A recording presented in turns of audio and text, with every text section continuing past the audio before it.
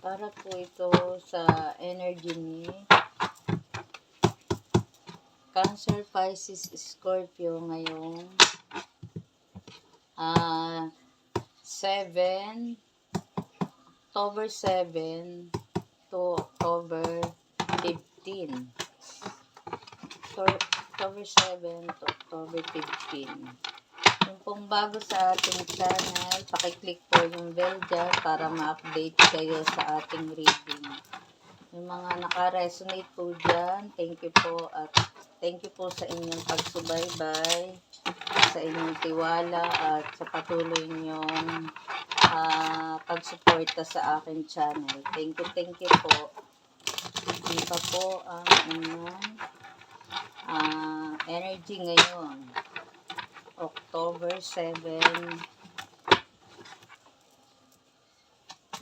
Energy po, October 7 to October 15.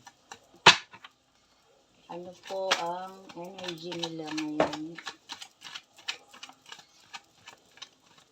Energy po. Ano ang energy? Oops, ayan na. May dalawa pong lumabas. So, ayan. So, ang energy po ninyo ngayon,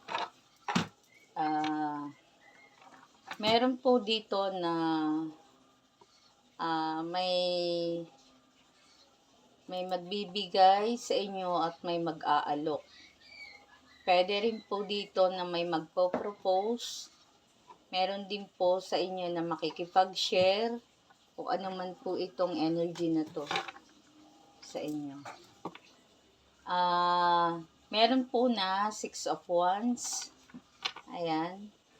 Ibig sabihin, ito po ay darating ngayong week na to or pwede rin po na mga third week.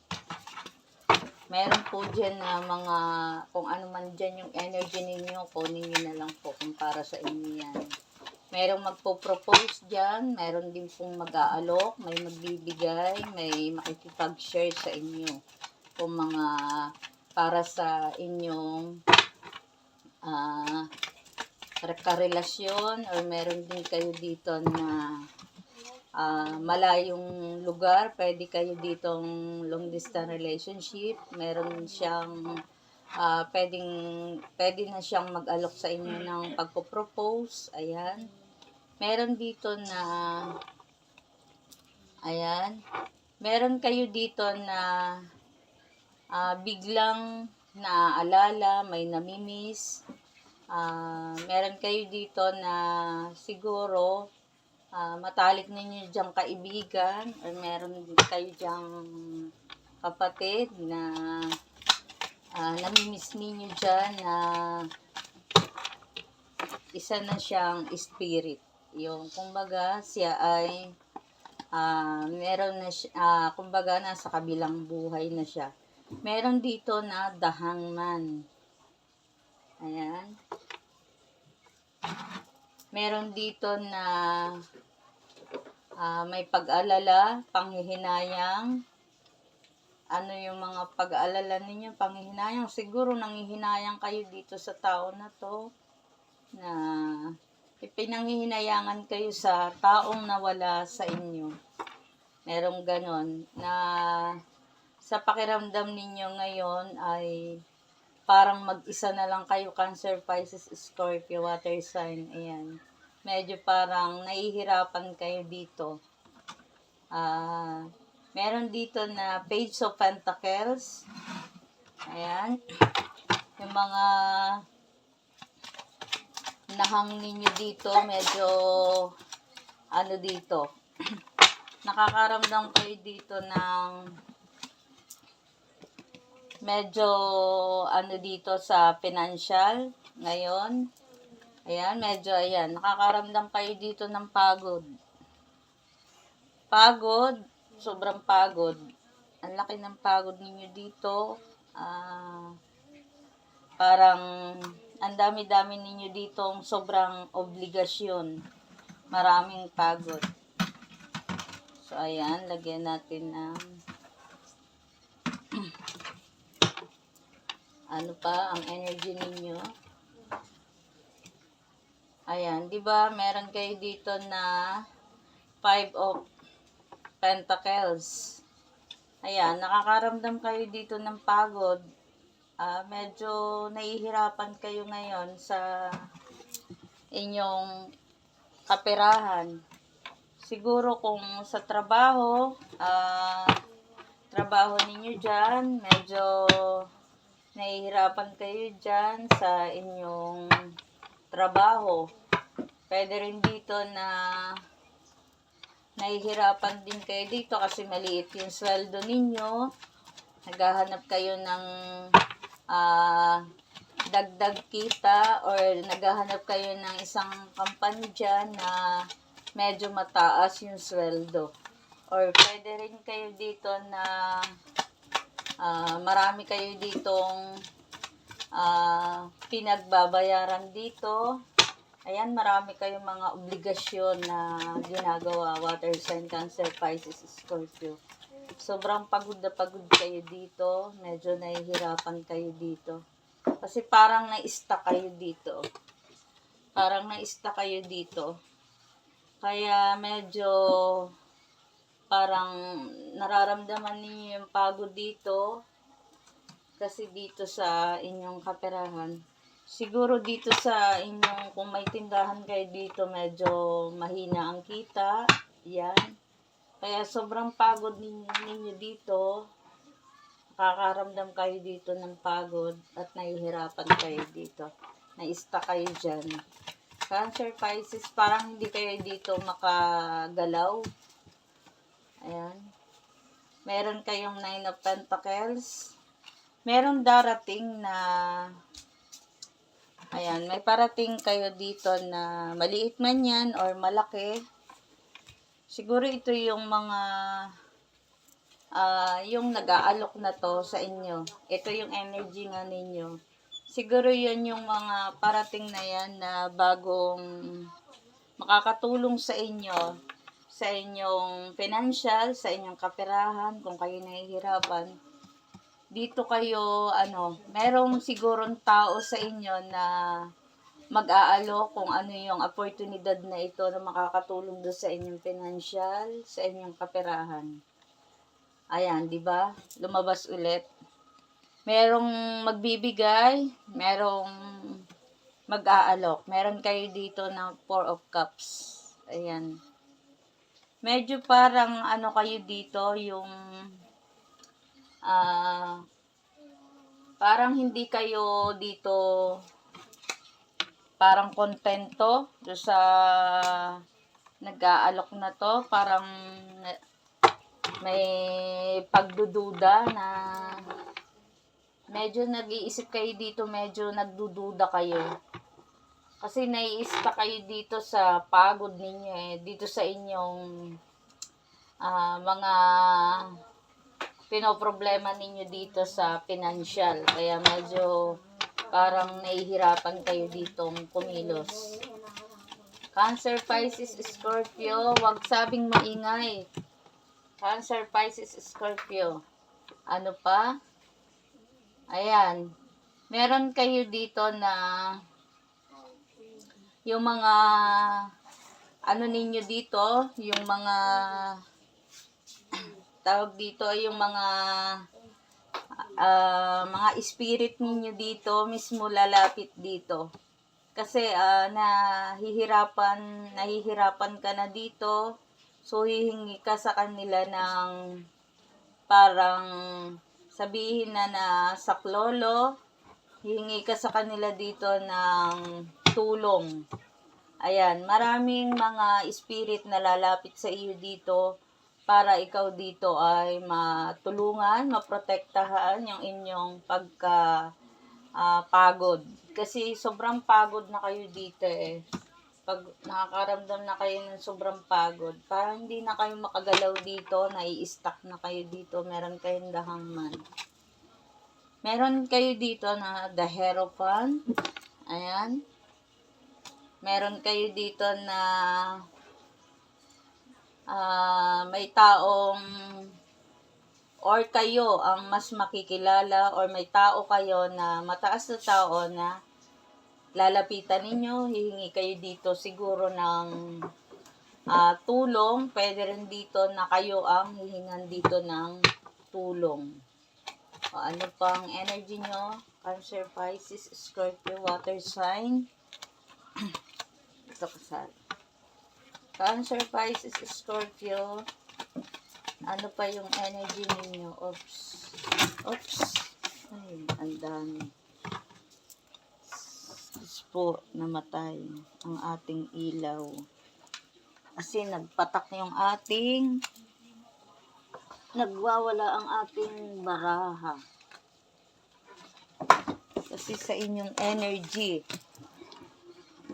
Ibang energy ninyo ngayon. Sobrang ayusin natin.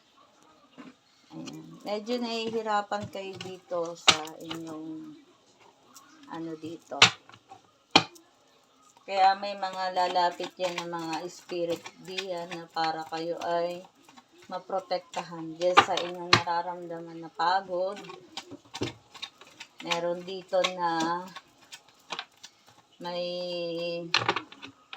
sa pamamagitan ng sa panaginip, pwede rin silang magpakita dito kung sino man yung hinihingan nyo ng mga spirit ng tulong. Pwede kayo dyang doon kayo matulungan. Pwede sa emotional ninyo. Pwede yung kung may sakit kayo, pwede kayo nilang i-healing dito. Lalapit sila, ang dami nila. Mga spirit ninyo na to, siguro ito yung mga mahal nyo sa buhay, itong mga ito. Pwede mga lolo, lola, kapatid, nanay, tatay, or mga sino malapit sa inyo na pwede nyong nawala na mga matalik na kaibigan. So, ayan, nakikita nila dyan. Oh, lumabas. Ayan. Meron ka dito na mga parating na yun na yun, yung may nag-aalok sa inyo dito na mga bagong project, oportunidad na ito na inyong mga kaperahan.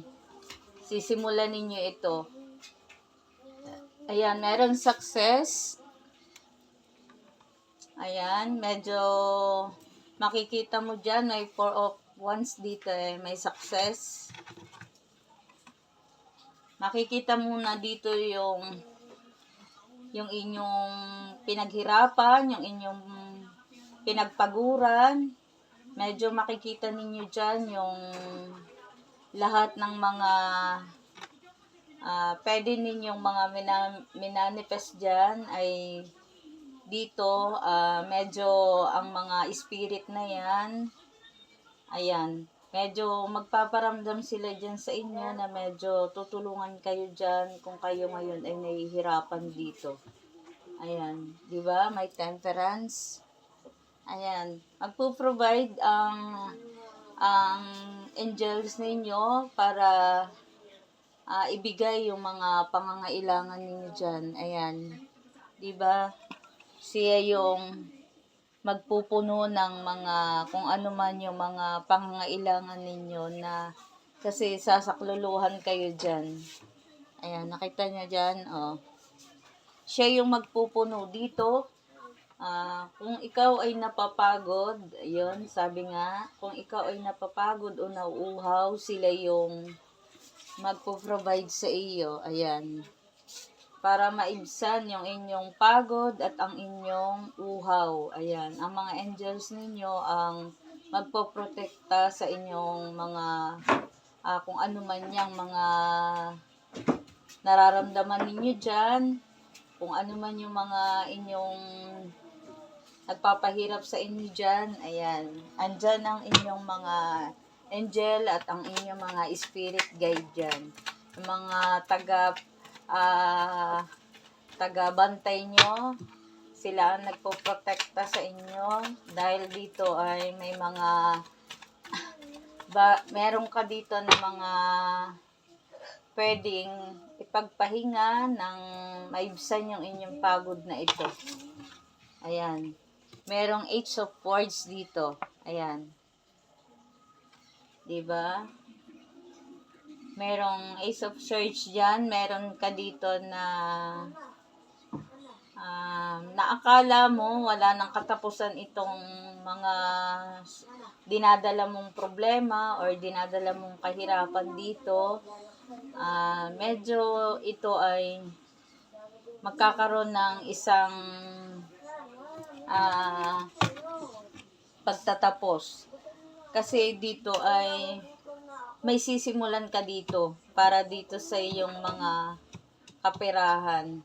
May mga uumpisahan ka dito para dito sa mga matapos na itong mga suliranin. Yan, meron the world, di ba? Oh. May success. Kasi sa iyo na yan, magiging hahaliling buwan o hahaliling taon yan. Sa iyo naman iikot. Para sa iyo naman, sabi ni Universe, ibibigay yung mga para sa iyo. Kung nahirapan kayo ngayon, ang sabi dito, meron the High Priestess. Kailangan mo dito magpahinga. Kung napapagod ka or meron kang nararamdaman dito, kailangan mo dito na kung pwede ay magpagamot ka dito, pa-check up ka dito, kung ano man yung nararamdaman mo, pwede ka ditong unahin mo muna yung iyong kalusugan, ang iyong sarili. Meron ka dito na kailangang wag mong kailangan dito na kung may nararamdaman ka dito, pilitin ang sarili. Kailangan mo kung pwede, kailangan na ipahinga yung katawan mo, ipahinga mo dyan para makapag-charge ka, para magkaroon ka ng energy. Ayan, merong Page of Swords. Ayan. Sobra mo ditong binabalik-balikan kasi yung hindi mo na dapat kasi pwedeng balik. Kaya na meron ka ditong The Hangman eh. Yung mga taong nagpapahirap sa iyo, dapat ang titingnan mo ay yung mga mangyayari. Wag mo nang balik-balikan yung mga dati mong kalungkutan, yung mga dati mong kahirapan, yung mga dating mga negative. Wag mo na siyang lingun-lingunin o balik-balikan. Kasi kailangan mo ditong mag-move on, kailangan mo dito na dito ka mag-focus sa mangyayari kasi may mga magagandang mangyayari dito. Kailangan mo dito na i-charge mo yung sarili mo para dito ay magtuloy-tuloy. Meron ditong Page of Wands, di ba? Oh. Makikita mo yung mga paghihirap mong yan. Hindi lagi yung, sabi nga meron dito na the world, sa'yo naman ang iikot. Kung nahihirapan ka ngayon, hindi permanente yan. Dahil may katapusan ang hirap, hindi laging ganyan. So, kaya dito, kailangan mo ditong maging matatag para ipagpatuloy mo dito yung mga bagong proyekto dito. Kailangan mo ditong pag nakapag-charge ka na dito, kilos ka na ulit at hindi ka na dapat dito kailangang bumalik-balik dun at lingon-lingunin yung mga negative na nangyari sa iyo noong mga nakaraan na yan. Yung mga nagpapalungkot sa inyo at nagbibigay ng pagod, wag nyo na yan lingon-lingunin. Kailangan nyo na ditong i-focus yung ngayon. Yung mga mangyayari ngayon. At dito, kailangan mo rin dito ng isang konting pasensya. Kailangan mo dito ng pasensya para makuha mo itong mga mga pangarap mo, mga ninanais mo dito na may mga hinihiling ka dito, minamanifest mo dito. Ito na yung kailangan mo ng pahinga para maging malakas ka ulit dito. Ano pa? Cancer, Pisces, Scorpio. Ano pa yung inyong energy?